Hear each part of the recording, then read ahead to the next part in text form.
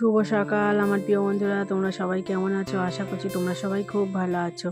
দাদরামারা ছোট্ট একটা গ্রাম থেকে আমি পূজা তোমাদেরকে জানাই পূজার ব্লগ চ্যানেলে অনেক অনেক স্বাগত, অনেক অনেক ভালোবাসা। সকাল সকাল ঘুম থেকে উঠে ঘরের সমস্ত কাজ গুছিয়ে স্নান করে মাছ কুটে বেছে একদম রেডি হয়ে গিয়েছে। নিজেও রেডি হয়ে একদম দোকানটা খুলে নিয়েছি, কারণ এখন থেকে আমরা সিদ্ধান্ত করে নিয়েছি যে তোমাদের দাদাভাই এখন থেকে ফুচকাটা ওই আমার শাশুড়িমার ওখানে জায়গা আছে না রান্নাঘরে, ওখানে মানে ফুচকাটা ভাজতে যাবে। আজ এখানে আর ভাজা হবে না, কারণ এতটুকু ছোট জায়গার মধ্যে না, তো রাজস্বী ঘুম থেকে ওঠার পরে ওকে মানে টিফিন বানিয়ে দিতে পারে না, প্রচুর সমস্যা হয় যেন, তার চারিদিকে ঘরের মধ্যে তেল কালি ভাব হয়ে যায়।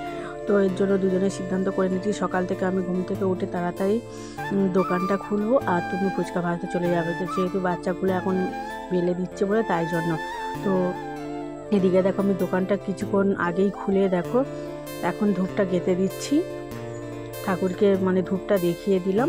আর দিয়েই দেখো আজকে যেন তো ঘরের মিস্ত্রি লাগবে, ও তো রান্না বান্নাও করতে হবে। আর তোমাদের দাদাভাই দেখো একই কাণ্ড, তো অর্ধেক আটার লেচি কেটে নিয়ে চলে গিয়েছে ফুচকাটা ভাজতে, মানে আর অর্ধেক আটা রেখে দিয়ে গেছে আমার জন্য।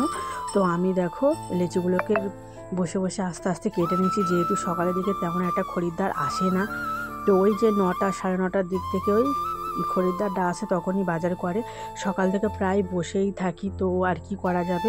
লেচুগুলো দেখো বসে বসে আমি টুকটুক করে কেটে দিচ্ছি, দিলে তোমাদের দাদাভাই একটু সুবিধা হবে।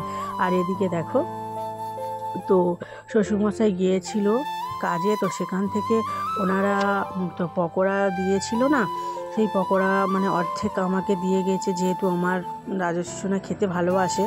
তো ওর জন্য দেখো পকোড়াগুলো আবার দেখো কড়ার মধ্যে দিয়ে ভালো করে একটু ভাজা ভাজা করে নিচ্ছি, তেল দিইনি জানো তো, হালকা আঁচে এই পকোড়াগুলোকে আপনি ভাজলে গরমও হয়ে যাবে আর একদম মচমচে ভাবও চলে আসবে, তার জন্য আমি দেখো ভেজে দিচ্ছি। আর এই রাজস্বী সোনা এখনই ঘুম থেকে উঠেছে, ওকে ব্রাশটাও করিয়ে দিয়েছি।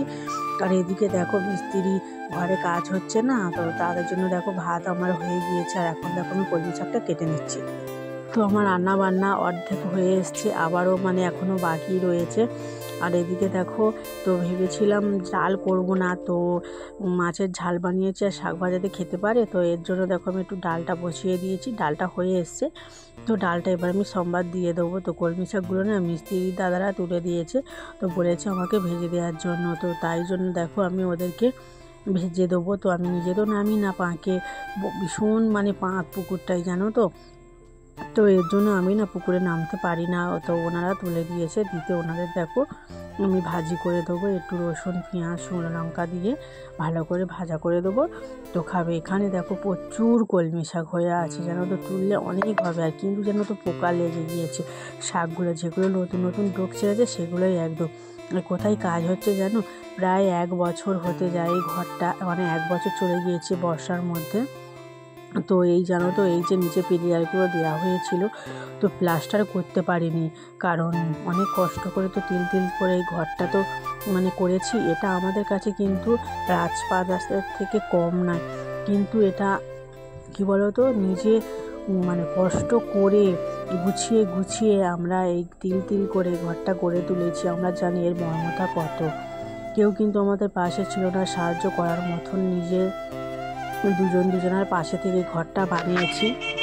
শুধুমাত্র নিজেদের থাকার জায়গা ছিল না, মায়েদের বাড়ি পড়েছিলাম, তো এভাবে থাকা কিন্তু সম্ভব হতো না। তো প্রায় 1 বছর বর্ষার জল খেয়েছে এই পিলিয়ারগুলো জানো তো। তো এবছর জানো তো, তো মিস্ত্রিদের তো প্রচুর চাপ, যেহেতু সরকার দিয়ে ঘর এসেছে, সবাইয়ের কাজ করছে, তো আমাদের বাড়িতে কাজ হচ্ছিল, তো ওনাদেরকে একদিনের জন্য বলা কওয়া করে দেখো কাজটা করিয়ে নিয়েছি। তো রান্না বান্না কমপ্লিট করে চলে গিয়েছিলাম জল আনার জন্য, তো তরকারিগুলো আগেই হয়ে গিয়েছিলো, কিন্তু ভাতটা এখনও হয়নি আমার। তো আমার শ্বশুরমশাইকে বলেছিলাম একটু উনুনে ভাতটা বসিয়ে দেবো, তুমি একটু জাল দেবে।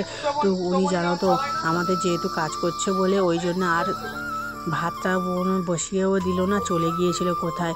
তো এখনও পর্যন্ত বাড়ি আসেনি, আমার তরকারিগুলো হয়ে গেছে। এই এত ছোট গ্যাসের মধ্যে কীভাবে বলো তো অতগুলো লোকে রান্না বান্না করে ওদেরকে খাওয়াবো। তো তারা বলছিল যে বৌদি একটু তাড়াতাড়ি দাও না, আমাদের খিদে পেয়েছে। তো খুব খারাপ লাগছিল কথাটা শুনে। তো এখন দেখো 12টা বেজে গিয়েছে, ভাতটা আমার হয়ে এসছে যেহেতু। তো দেখো ভাতটা তাড়াহুড়ো করে আমি ফ্যানটা গড়িয়ে দিয়ে দিলাম ওদেরকে খাওয়ার জন্য। তো ওরা খেতে বসে গিয়েছে। তো আজকে রান্না করেছিলাম ভাত, কলমি শাক ভাজা, ডাল, মাছের ঝাল।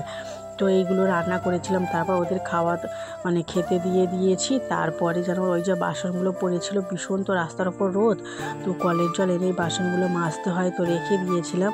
একটু রেস্ট করলাম। আর করার পরে দেখো বাসনগুলো এখন আমি মেজে নেব। তো তোমাদের দাদাভাই দেখো আজকের ফুচকা নিয়ে বের হবে। তো অল্প করে ফুচকা যেহেতু ভেজেছিল, তো একার দ্বারা তো সম্ভব হয় না এই ফুচকাটা। তো যে নিজে নিজে গুছিয়ে নিয়েছে সব। আর ওকে হেল্প করতে পারি না জানো তো। তো কারণ কি বলতো, ঘরের সমস্ত কাজ গুছিয়ে দোকান সামলে আর ওকে হেল্প করতে ইচ্ছাও করে না। তো ও নিজে নিয়ে গুছিয়ে নেয়। আর কোনো জিনিস কাটাকুটিও আমাকে করে দিতে হয় না, যেহেতু আমার এখানে প্রচুর কাজ থাকে। এখন পুকুরে জল নেই, সমস্ত জল ওই কল থেকে টেনে টেনে আনতে হয়। এটাই বড় সব থেকে কাজ সংসারের মধ্যে। তো পুকুরের জলে বাসনগুলো মেজে নিয়ে, অল্প জল ছিল সেগুলো ধুয়ে নিয়ে তারপর আবার ড্রামে করে কলের জল এনে দেখো বাসনগুলো ধুয়ে নিচ্ছি। যেহেতু খাবার বাসন, তো কলের জলে না ধুলে হয়, পুকুরের জলে এভাবে বাসন ধুয়ে এভাবে কিন্তু খাওয়া যায় না। আমি কিন্তু একদম এভাবে পছন্দ করি না। তো দেখো ভালো করে গুছিয়ে রেখে দেবো গামলার মধ্যে রেখে। আবার গামলার উপরে একটা গামলা তুলে চাপা দিয়ে রেখে দিই, যাতে না টিকটিকে বা কোনো জিনিস বাসনের মধ্যে থেকে বেরিয়ে যেতে পারে। যেহেতু আমার রাজস্বী সোনা এখন ছোট, তো বাচ্চা কাচ্চার ঘর এভাবে গুছিয়ে না রাখলে কোনো জিনিস হয় না। তো দেখো বাসনগুলো মেজে আমি আগে এই গামলাটার মধ্যে জলটা ঝরাতে দিই, তারপর আমি আমাদের বড় গামলা আছে সেখানে আমি রেখে দিই। আর এখন দেখতেই পাচ্ছ, তো এখানে আমি রান্না করব। আর মশলার কৌটোগুলো উপরে রাখার জন্য একটা তাগও করে নিয়েছি। আর আজকে প্রচণ্ড গরম, ভীষণ কষ্ট হচ্ছে, আমি তো একদম ঘেমে গিয়েছিলাম। তো দেখো মানুষের সকালবেলা বেশি কাজ থাকে, কিন্তু আমার বিকেলের দিকটাই না প্রচুর কাজ থাকে, দেখতে পেলে তো। তো এতটা গরমের মধ্যে কিন্তু কাজটা করতে কষ্ট হচ্ছে। ঘরের ভেতরটা ঝাঁট দিয়ে দেখো আবার মুছে নিচ্ছি। কারণ কি বলো তো, ঘরের মধ্যে যেহেতু খাওয়া দাওয়া করা হয়, আর রাজস্বী সোনা সবসময় এটাও ফেলে, ভীষণ চ্যাটচ্যাটে ভাব হয়ে যায়। তারপর দেখো আমি গা ধুয়ে নিয়েছি। আজকে পুকুরের জলে গাটা ধুলাম, কলের জলে আর যেতে ইচ্ছা করলো না। তো জানো তো, টক দই এনেছিলাম দুপুরবেলা খাবো বলে, ওইটা কিন্তু খাওয়া হয় না। আমি যেহেতু শরীরটা ভীষণ খারাপ লাগছে, দুপুরবেলা ভাতও খাওয়া দাওয়া করিনি। শুধু না, সকাল থেকে বমি বমি ভাব হচ্ছে, শরীর ভীষণ খারাপ লাগছে। তো দেখো এখন আমি দোকানে বসে দইটা আমি খেয়ে নিচ্ছি। তো এখন না টক হয়ে গিয়েছে, এত না কী বলবে, আমুলের এই যে টক দইটা না একদম এতটা টক খেতে পারা যায় না। আমি কিন্তু টক খেতে ভীষণ ভালোবাসি না, যেন দাঁত না আমার ছিঁড়িয়ে যায়, টক একদম খেতেই পারে না। তো জোর করে খাচ্ছি। তো কী করবো বলো, এভাবে তো খেতেই হবে, যেহেতু ডাক্তার টক দই প্রতিদিন খেতে বলেছে। তো পারি না জানো তো প্রতিদিন টক দই খেতে। তো এখন দেখো রাজস্বী পড়তে গিয়েছিল, বাড়ি চলে এসে আমাকে বলছে, মা আমাকে দিদিমণি যা যা লিখতে বলেছে আমি সেগুলো সব লিখে নিয়েছি জানো তো। দিদিমণি আমাকে গুড গার্ল বলেছে, তাই ওর সঙ্গে একটু গল্প করে নিলাম।